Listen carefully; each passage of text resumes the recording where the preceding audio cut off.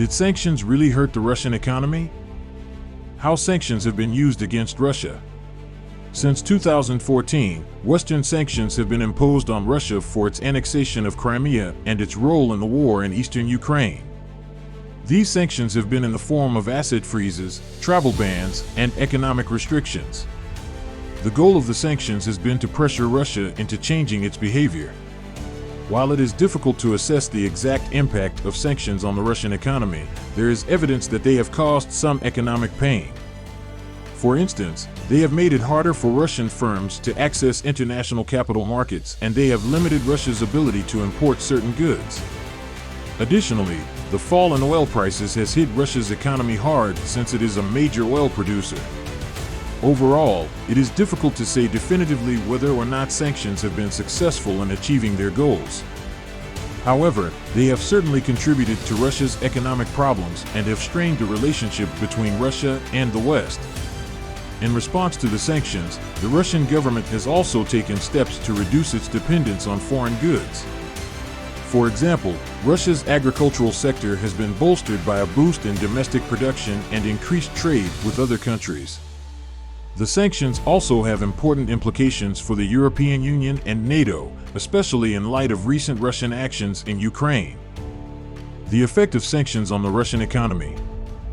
In response to the sanctions placed on Russia by the United States and European Union following the country's annexation of Crimea, Moscow retaliated with a ban on food imports from these Western nations. The effect of these sanctions has been mixed, with some analysts arguing that they have done significant damage to the Russian economy while others contend that their impact has been overstated. The most immediate effect of the sanctions was an increase in prices for Russian consumers as the cost of imported food rose sharply. This put a strain on household budgets and contributed to inflation, which reached 6.9% in 2015. In addition, the sanctions have made it difficult for Russian companies to obtain financing from international investors and banks. This has led to a slowdown in economic growth and an increase in unemployment. However, it is worth noting that Russia's economy was already struggling before the sanctions were imposed. In 2014, Russia experienced its first year of economic contraction since 2009, and the trend continued in 2015. Sanctions have also had an adverse impact on the Russian economy by exacerbating problems that were already present. The effects of the sanctions have been a major cause for Russia's economic problems. However, it is important to note that the Russian economy was already in decline before the sanctions were imposed. Why some say that sanctions have not been effective? In the years since the United States and European Union first imposed sanctions on Russia for its aggression in Ukraine, the Russian economy has weathered the storm better than many expected. While it is true that sanctions have had some impact on growth and investment, they have not been as effective as hoped in terms of changing Russian behavior. Some experts argue that this is because the Russian government has been able to offset the effects of sanctions through other policies, such as domestic stimulus spending. Others say that President Vladimir Putin himself is not particularly concerned about economic growth and instead focuses on maintaining his grip on power. In either case, it seems clear that sanctions alone are not enough to change Russian behavior. If the goal of sanctions is to persuade Russia to change its behavior, then they have so far been a failure. The second reason is that the United States has always been wary of sanctions because they can be a double-edged sword. Sanctions are costly for both the target country and the sanctioning country, and so it is important to consider how much each will gain from them. Other factors that may have contributed to the Russian economic downturn. Include a fall in oil prices and Western sanctions. The fall in oil prices has hit Russia hard as oil is one of its main exports. Western sanctions have also had an impact on the Russian economy, making it difficult for Russian companies to do business with the West. The effects of the sanctions on Russia can be seen in its economic performance, which has been significantly worse than that of other emerging economies.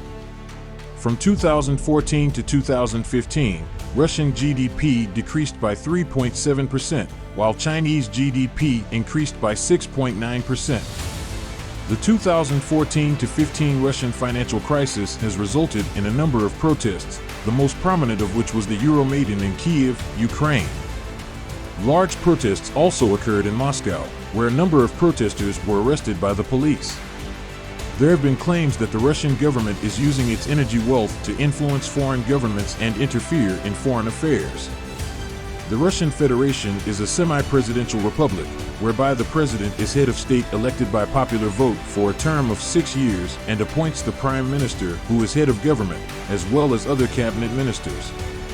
The current president is Vladimir Putin, who was elected in 2012 and re-elected in 2018. The term of office of the president is 6 years. The Federation Council, Upper House, consists of 170 members. We have come to conclusion of this video. Please do subscribe our Nonsense YouTube channel for more videos. My heartfelt thanks to you for watching this videos and subscribing my channel. In conclusion, it is difficult to say definitively whether or not sanctions have had a significant impact on the Russian economy. However, it seems likely that they have played at least some role in exacerbating the country's economic problems. Sanctions may not be the only factor contributing to Russia's current economic difficulties, but they are likely to have made the situation worse. The country's economic problems are a concern for its long-term future as well as for the present. The Russian Federation is facing some serious challenges, and it will need to make some decisions about how to move forward if it wants to maintain a stable economy in the coming years.